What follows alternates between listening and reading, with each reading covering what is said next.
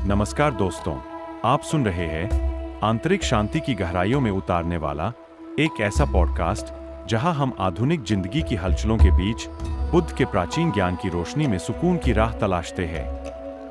आज का विषय है तनावपूर्ण परिस्थितियों में शांत रहना।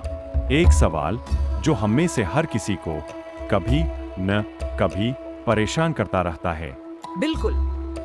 जब जीवन अचानक उलझने लगे, ऑफिस की डेडलाइन हो, कोई घरेलू झगड़ा या सोशल मीडिया पर कोई बहस, तो हम अक्सर प्रतिक्रिया में बह जाते हैं। लेकिन क्या हम इन पलों में संवेदनशीलता से रुककर जवाब दे सकते हैं? बुद्ध कहते हैं, हाँ, बिल्कुल। और आज हम जानेंगे कैसे। आज से 2500 साल पहले ही एक राजकुमार सिद्धार्थ ने यह समझ लिया था कि असली लड़ाई बाहर नहीं, अंदर होती है। उन्होंने सिखाया कि दुख का कारण हमारी अपनी प्रतिक्रियाएं हैं और समाधान समता, पाली में जिसे उपेक्षा कहा जाता है, यानी मानसिक संतुलन। धम्मपद में बुद्ध कहते हैं, जैसे चट्टान को हवा नहीं हिलाती, वैसे ही ज्ञानी व्यक्ति प्रशंसा और निंदा से नहीं डगमगाता। क्या सुंदर उदाहरण है। जब कोई हमें गुस्से में कुछ कहता है और हम शांत रहते हैं, वो सिर्फ सहनशीलता नहीं, वो आंतरिक शक्ति है। यही माइंडफुलनेस या स्मृति है।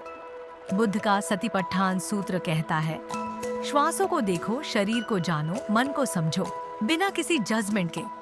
कल्पना कीजिए, आप गुस्से में कुछ कहने ही वाले थे, लेकिन आप रुकते हैं, सांस लेते हैं और सिर्फ देखते हैं खुद को। अब सुनते हैं एक कहानी जो बौद्ध परंपरा की सबसे संवेदनशील कहानियों में से एक है, किस्सा गौतमी की। वो अपने बेटे की मृत्यु के बाद उसका मृत शरीर लेकर गांव-गांव दवा ढूंढती रही। आखिरकार वो बुद्ध के पास पहुंची। बुद्ध ने उसे एक काम दिया, ऐसे घर से सरसों का दाना लाओ जहां कोई मरा ना हो। वो चली घर दर घर, पर हर कोई कहता, हमने भी किसी को खोया है। धीरे धीरे किस्सा को एहसास हुआ कि दुख अकेले उसका नहीं, सबका है। उसने अपने बेटे की मृत्यु को स्वीकारा और उसके साथ ही उसे मिली शांति। यह है अनिच्छा, यानी जीवन की नश्वरता को स्वीकार करना।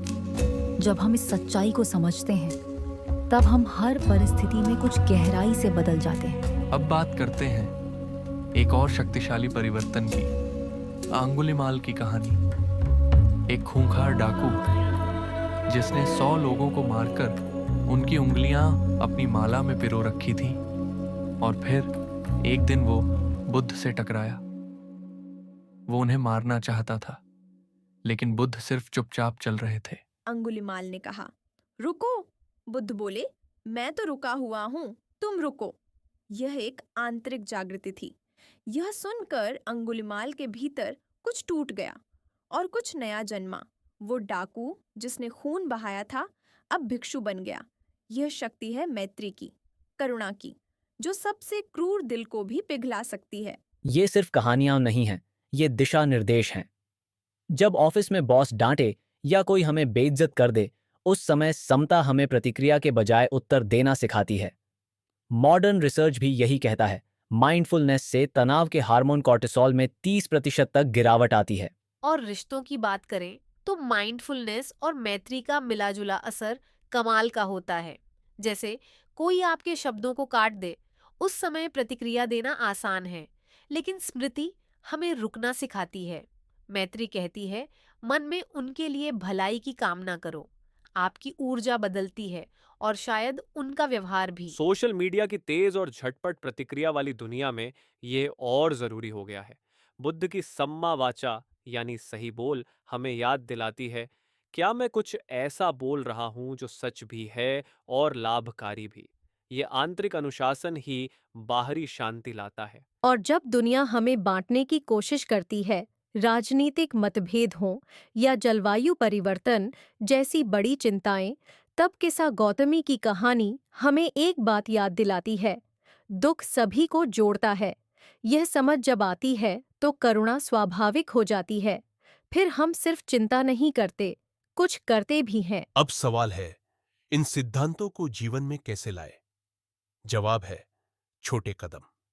हर सुबह 5 मिनट बस बैठे, सांसों को महसूस करें, कोई विचार आए, कोई बात नहीं, उसे जाने दे, बस देखते रहे।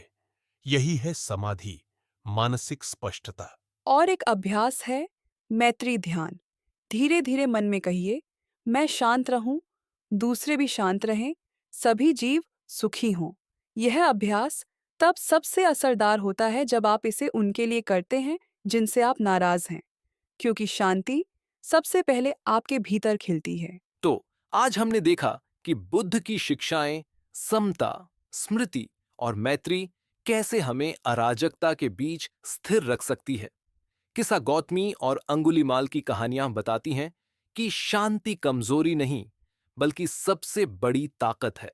हमारी दुआ है कि आप भी इस ज्ञान से लाभ लें। आज सिर्फ 5 मिनट के लिए बैठे, सांस लें और एक पल के लिए सिर्फ स्वयं के हो जाए। ध्यान दीजिए, यही क्षण सबसे गहरा हो सकता है। आंतरिक शांति के इस सफर में हमारे साथ चलने के लिए धन्यवाद।